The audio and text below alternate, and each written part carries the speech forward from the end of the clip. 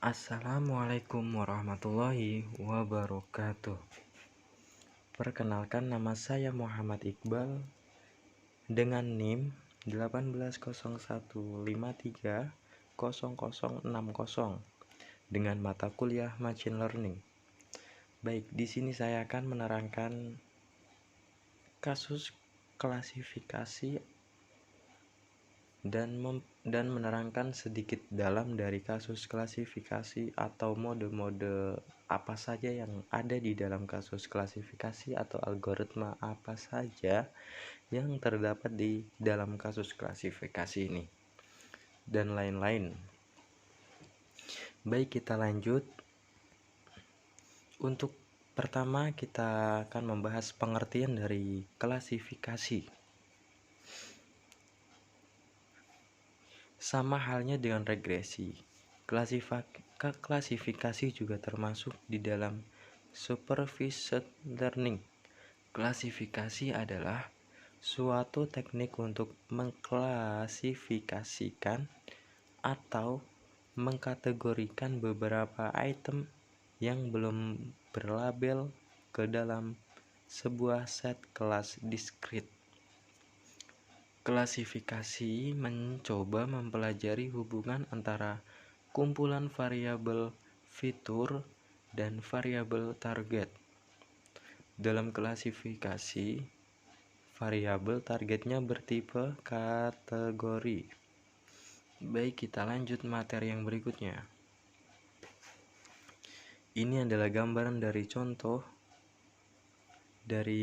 tabel di dalam klasifikasi.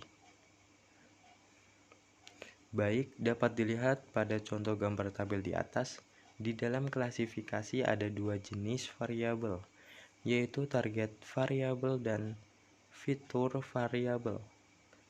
Ini sebenarnya mirip dengan regresi, hanya menggunakan istilahnya saja yang berbeda karena disesuaikan dengan konsep masing-masing.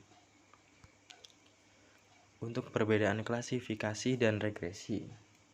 Apa sih perbedaan antara klasifikasi dan regresi? Perbedaan klasifikasi dan regresi yang dapat kita lihat dengan jelas adalah nilai dari variabel targetnya. Di klasifikasi, variabel target harus berupa kategori atau nilai diskrit. Data baru yang berlabel nantinya akan dikelompokkan ke dalam salah satu dari kategori yang ada variabel target. Untuk tipe model klasifikasi adalah di dalam machine learning, klasifikasi dibagi menjadi dua jenis. Apa itu? Yaitu satu binary classification dan multi-class classification. Untuk yang pertama, binary classification adalah jika kategori dalam target variabel hanya ada dua, misalnya 0 dan 1, atau yes dan no, atau x dan y, dan sebagainya. Misalnya, melihat kemungkinan nasabah bank akan mengambil pinjaman atau tidak. Baik, kita lanjut. Yang berikutnya adalah, atau yang kedua, sebaliknya, multi-class classification memiliki lebih dari dua kategori pada variabel targetnya. Contoh, database iris di atas termasuk jenis multi-class classification karena memiliki tiga kategori, yaitu iris setosa dan yang kedua iris versicolor, dan yang ketiga iris virginica. Seperti ini.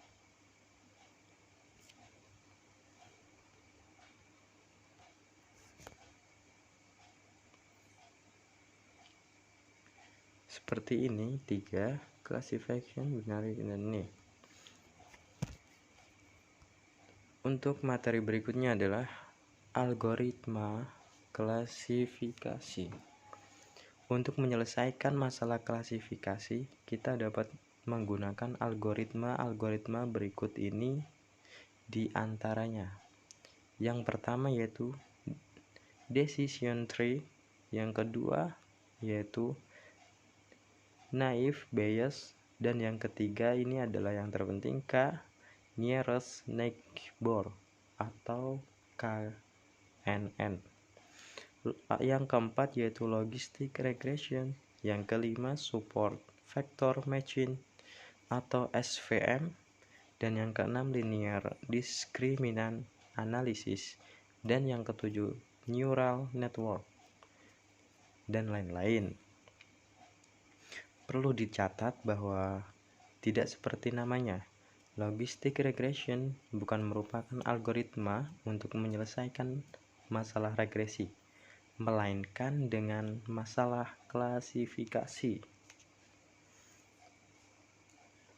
Baik, di sini saya juga akan menerangkan maksud dari pengertian dari algoritma klasifikasi tersebut sebagian saja. Dari decision tree, dari naive Bayes, dari KNN adalah. Kita lanjut. Pengertian dari decision tree. Decision tree adalah alat pendukung dengan struktur seperti pohon yang memodelkan kemungkinan hasil, biaya sumber daya, utilitas, dan kemungkinan konsekuensi. Decision tree menyediakan cara untuk menyajikan algoritma dengan pernyataan kontrol bersyarat. Mereka termasuk cabang yang mewakili langkah-langkah pengambilan keputusan yang dapat mengarah pada hasil yang menguntungkan. Struktur flowchart mencakup node internal yang mewakili tes atau atribut pada setiap tahap. Setiap cabang mewakili hasil untuk atribut, sedangkan jalur dari daun ke akar mewakili aturan untuk klasifikasi. Baik, kita lanjut pengertian selanjutnya. Dari pengertian naive Bayes.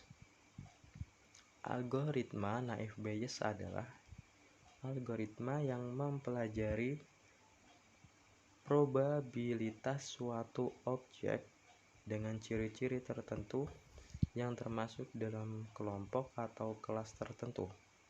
Singkatnya, ini adalah pengklasifikasi probabilistik. Sahabat data pasti bertanya-tanya, mengapa disebut demikian? Algoritma naive Bayes disebut naif, seperti membuat asumsi bahwa kemunculan fitur tertentu tidak tergantung pada kemunculan fitur lainnya. Misalnya, jika kalian mencoba mengidentifikasi buah berdasarkan warna, bentuk, dan rasanya, maka buah berwarna oranye, bulat, dan tajam kemungkinan besar adalah jeruk. Bahkan jika ciri-ciri ini bergantung satu sama lain atau pada keberadaan ciri-ciri lain, semua sifat ini secara individual berkontribusi pada kemungkinan bahwa buah ini adalah jeruk. Dan itulah sebabnya buah ini dikenal sebagai naif. Baik, untuk pengertian selanjutnya adalah pengertian dari nearest neighbor atau yang biasanya disingkat dengan KNN. KNN adalah algoritma yang berfungsi untuk melakukan klasifikasi suatu data berdasarkan data pembelajaran atau train data set yang diambil dari tetangga dekat dengan nearest neighbor. dengan K merupakan banyaknya tetangga terdekat.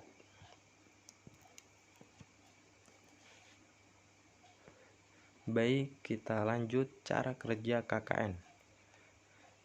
Cara kerja KKN adalah klasifikasi dengan proyeksi data pembelajaran pada ruang berdimensi banyak.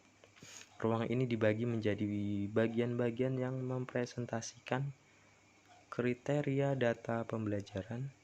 Setiap data pembelajaran direpresentasikan menjadi titik-titik atau C pada ruang dimensi banyak.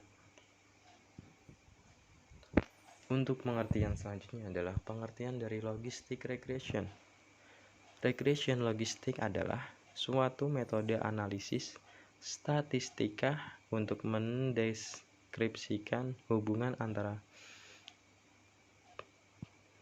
perubah respon atau dependent variable yang memiliki dua kategori atau lebih dengan satu atau lebih perubah penjelas. Independent variable berskala kategori atau interval. Regresi logistik merupakan regresi nonlinear, digunakan untuk menjelaskan hubungan antara X dan Y yang bersifat tidak linear.